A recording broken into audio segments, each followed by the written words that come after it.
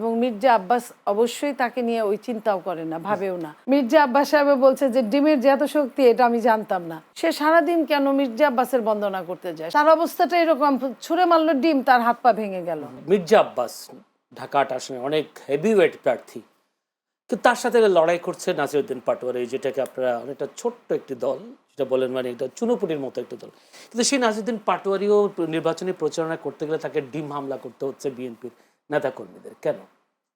দেখেন, এটা তো এমন একটা ব্যাপার যে এটা কার কাছে ভোট চাইতে যাচ্ছে, কোনো বাসা থেকে যদি কেউ ডিম দেয় বা কিছু, এর আগেও যেটা হাদির সাথে হয়েছে, এগুলো আসলে কিছু ভোটার আছে অতিরিক্ত আপনার আবেগী, তারা উৎসাহী, অতি উৎসাহী মানুষ। এখন কে কারা কোথা থেকে করেছে কেউ কিন্তু দেখে না। বিএনপির নাম দোষ দিয়েছেন, এটাই স্বাভাবিক রাজনীতিতে। আপনার মনে করেন নাসিরউদ্দিন পাটোয়ারিও যেভাবে কথা বলছে, এটা একজন প্রার্থীর মতো কথা না। ও যে খুব বয়সে ছোট, অ্যাটাক করে সব সময় কথা বলা। মির্জা আব্বাসের মতো একজন ভারী একটা বর্ষিয়ান একজন নেতাদের মধ্যে যদি শ্রদ্ধা সম্মানটুকু না থাকে, তাহলে সামনের দিনে কি রাজনীতি করবে বা শিখবে এরা? এইখানে আমি বলতে চাই, ব্যক্তিগত জীবন এনে যখন টানা হেঁচড়া করে এবং অশুভন কথা বলে, এগুলা কোনো রাজনৈতিক কথা হচ্ছে না। হতে পারে যে মির্জা আব্বাসকে ভালোবাসে, তার প্রতি অনেকের দায়বদ্ধতা আছে। আপনি যদি 5টা লোককে চাকরি দেন, তারা যদি, তার পরিবার যদি আপনার ওইখানে যদি বছরের পর বছর আপনার দেওয়া চাকরিটা করে খায়, মনের অজান্তেই কিন্তু একটা ভালোবাসা বা একটা দায়বদ্ধতা তৈরি হয়। সেই দায়বদ্ধতা থেকেও তো কেউ এই কাজগুলো করতে পারে, যেটা মির্জা আব্বাস জানেনও না। আমি অনেক লোককে মির্জা আব্বাসের ওখানে দেখেছি, আমাকে ব্যক্তিগতভাবে বলেছে যে আমাকে এই চাকরিটা মির্জা আব্বাস দিয়েছে, তার জন্য আমরা করে খাচ্ছি। সেটা আজকে না, আজ থেকে 20 বছর 25 বছর আগে। ওই মানুষগুলো আপনি তো জানেন না, আমিও জানি না কাকে সে কতটা হেল্প করেছে। তার সামনে যদি কেউ যে, এবং মির্জা আব্বাস যদি একটা পয়সার বিনিময়ে যদি না করে থাকেন, এটা তার কাছে যায়, তার সামনে যায় যদি এটা করে, সে তো নিজের পয়সা 10-20 হাজার টাকা হইলেও খরচ করে এটা করবে। এই কারণে বোঝাবেও না কোনো দিন। এই কারণে যে ওই লোকটার প্রতি তার ব্যক্তিগত ঋণবোধ মনে করে, সেই মনে করা থেকে। এই জন্য আমি বলবো যে নাসিরউদ্দিন পাটোয়ারি আমাদের ছোট ভাই, সেই ইলেকশনে দাঁড়িয়েছে, যার সাথেই দাঁড়াক না কেন, নির্বাচনে সবাই সমান, সমানভাবে সমান। মির্জা আব্বাস সাহেব কতক্ষণ নাসিরউদ্দিন পাটোয়ারির কথা বলে? তার মুখ দিয়ে তো তার কথা বলা হয় না।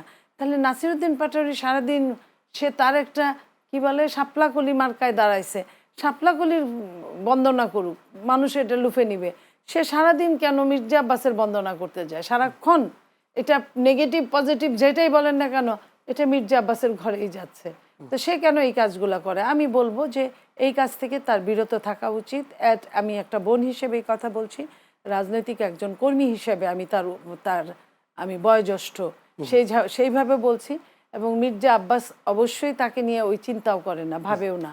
তো সে এই কাজগুলো না করলে তার ডিম পানি কিছুই খেতে হবে না। কিন্তু পরিস্থিতিকে উত্তপ্ত করার জন্য এই ডিম হামলা কি একেবারে? এইটা কিছু জিনিস আছে আপনার হাতে বা আমার হাতে থাকে না, এটা থাকে না। পৃথিবীর উন্নত দেশগুলো দেখেন, আপনি ডিম টমেটো এগুলাই ছুঁড়ে মারে। এটাই কিন্তু রাজনীতির, এটাই কালচার উন্নত দেশগুলোতে। বাংলাদেশের মতো জায়গায় গুলি ছুঁড়ে মারে। হাতে ব্যথা পেয়েছে, মাথায় ব্যথা পেয়েছে। আচ্ছা বলেন তো, ডিম ছুঁড়লে কি হাত ভাঙে, পা ভাঙে, হাতে ব্যান্ডেজ করা লাগে? এই কথাটা কিন্তু মির্জা আব্বাস সাহেব বলছে যে ডিমের যে এত শক্তি এটা আমি জানতাম না। ডিম ছুঁড়ে মারলো। আপনার পরবর্তীতে আপনার ওই যে ফিলোসফিতে পড়ছিলাম যে আকাশে বিদ্যুৎ চমকিয়েছে, রাজার মৃত্যুবরণ করেছে, সুতরাং বিদ্যুৎ চমকানো রাজার মৃত্যুর কারণ। তার অবস্থাটা এরকম, ছুঁড়ে মারলো ডিম, তার হাত পা ভেঙে গেল। তো ডিমের এত শক্তি, আমার এই নকলের যুগে ডিম এত শক্তিশালী, এটা আমি সত্যি অবাক। বিশ্বাস করতে পারেননি? জি, আমি জনগণ কতটা করবে এটা কথা। আপা থেকে একটু শুনে আসি। আপা, নাসিরউদ্দিন পাটোয়ারি তো আপনাদের এই জোটের একটি প্রার্থী। দেখলাম ডিমের হামলার পর প্রচুর মানুষ আসলো, আন্দোলন করলো, যেহেতু আমাদের পাশেই আন্দোলন হলো। কিন্তু সংবাদ সম্মেলনে দেখলাম কারো হাতে ব্যান্ডেজ, কারো পায়ে ব্যান্ডেজ। আসলে কি ডিম হামলা কি মাথা ফেটে গেছে না হাত কেটে গেছে? আমার কাছে মনে হয় লজিক্যাল কোয়েশ্চেন আসলে ভিন্ন। লজিক্যাল কোয়েশ্চেনটা হচ্ছে যে আসলে আপনার প্রতিবাদের ভাষা কীরকম হবে। হ্যাঁ, আর মানে আমি এই কোয়েশ্চেনের প্যাটার্নকেই চেঞ্জ করব। বিকজ হচ্ছে যে আমার প্রতিবাদের ভাষা কেমন হবে, এটাই আসলে রাজনৈতিক শিষ্টাচার। যদি বলেন যে আমি যদি বলি যে পলিটিক্যাল রিফর্মের কথা আমরা যে বলি, যে আমরা যখন এডুকেটেড, যখন আমরা শিক্ষিত, তখন আসলে আমাদের আচরণ কেমন হবে, তাই না? এটা দেখেই তো আসলে আমার কর্মী বাহিনী শিখবে, তার নিচে শিখবে, তার নিচে শিখবে। এটা তো আসলে একটা চেইন অফ কমান্ডের ব্যাপার। তো এখন আমার প্রতিবাদের ভাষা আসলে কেমন হওয়া উচিত? নাসিরউদ্দিন পাটোয়ারি যদি বলেও থাকে, ধরেন উনি অনেক মির্জা আব্বাসকে, আমাদের দেশে এই কালচার অভ্যত আছে। আপনি দেখবেন প্রতি মুহূর্তে মির্জা আব্বাসরাই এই কালচার তৈরি করে দিয়ে গেছেন। That is the important question, যে আমাদের সিনিয়ররা এরকম কালচার তৈরি করে দিয়ে গেছেন যে আমরা কন্টিনিউ ব্লেমিং গেম খেলি, ট্যাগ দেই, এই ধরনের কালচার তারা তৈরি করে গেছেন। সেটারই কিন্তু এখন তারা ফল দেখতে পাচ্ছে। এটা কারণে পরিস্থিতি উত্তপ্ত তো হচ্ছে না, এটা পরিস্থিতি উত্তপ্ত হচ্ছে, এটা তো দুই পক্ষকেই বুঝতে হবে। আমার কথা হচ্ছে যেই কালচার ওনারা এতদিন তৈরি করে দিয়ে গেছেন সেটাই কিন্তু হচ্ছে। এখনও কিন্তু বিএনপি কন্টিনিউ ট্যাগ দিয়ে যাচ্ছে, ব্লেমিং দিয়ে যাচ্ছে উইদাউট এনি এভিডেন্স। এটা হচ্ছে 1 নম্বর পয়েন্ট। 2 নম্বর পয়েন্ট হচ্ছে যে পাটোয়ারি যদি বলেও থাকে, ধরেন আপনি বললেন যে হ্যাঁ উনি উত্তেজিত কথা বলতেছেন, তাহলে ওনার কি উচিত? ওনারও কথা দিয়েই অ্যান্সারটা করা উচিত, তাই না?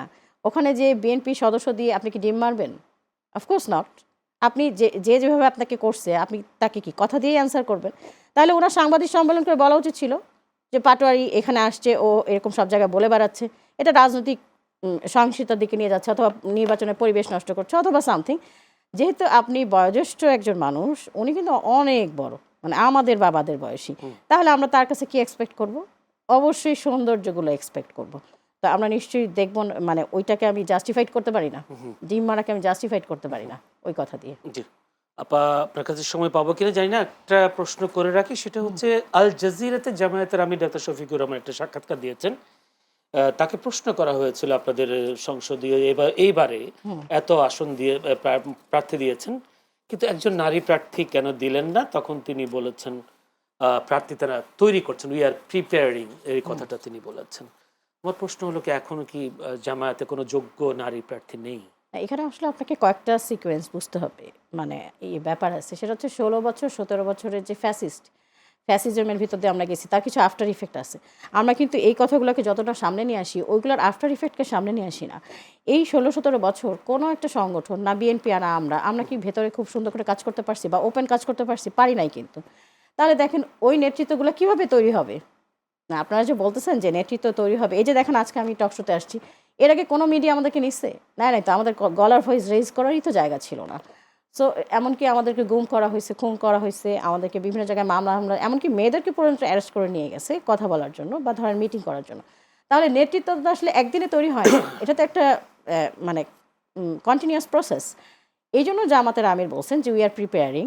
তার মানে এটা না যে হচ্ছে উনি দিবেন না, এটা হচ্ছে যে আমাদের আগে গ্রুমিং করা হবে, ইয়ে করা হবে, দেন বিভিন্ন জায়গায় আপনারা দেখতে পাবেন অবশ্যই। জি ধন্যবাদ। নীলুফার চৌধুরী মনি, আপা যদি বলছিলেন আপনারা আসলে নিজেরাই পরিস্থিতি উত্তপ্ত করছেন, যেহেতু আপনারা, তিনি একটা প্রথম দিকে অভিযোগটা করেছেন নিজেরা মারামারি করে প্রায় 2 শতাধিক, উনি বলেন 300 কথা বলছেন, যদি আমরা জানি 2 শতাধিক আপনারা হতাহত হয়েছেন। সেই রেশ এখন নিজেরা জেনে না করে এখন ভিন্ন দলের সাথে করছেন সহিংস পরিস্থিতি, কি বলবেন? দেখেন, বিএনপি নিজেরা মারামারি করে, অস্বীকার করব না, কিন্তু বিএনপি অন্যের সাথে মারামারি করতে পারে না। তার প্রমাণ গত 15 বছর অনেক রকম কথা আমাদের শুনতে হয়েছে। বিএনপি অন্যদের সঙ্গে মারামারি করে না। বিএনপির জামাত যেভাবে ওপেন বলে যে মা বাবার কাছ থেকে, স্ত্রীর কাছ থেকে বিদায় নিয়ে আইসো, দোয়া নিয়ে আইসো, হ্যাঁ, বিএনপি এই ধরনের কথা কখনোই বলে না, বলার দল না। অথচ বিএনপি যত বড় দল, যে জামাতের নারীদেরকে পেলে বিভৎস করা হবে, শুনেন, জামাতের নারীদের নিয়ে আমি কথা বলতে চাচ্ছিলাম না।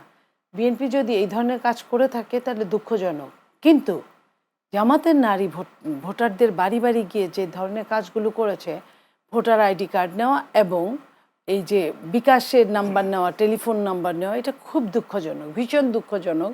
এই কাজগুলো জামাতের নেতারা তাদের নারী সমর্থকদের দিয়ে, নারী কর্মীদের দিয়ে এই কাজগুলো করাচ্ছেন।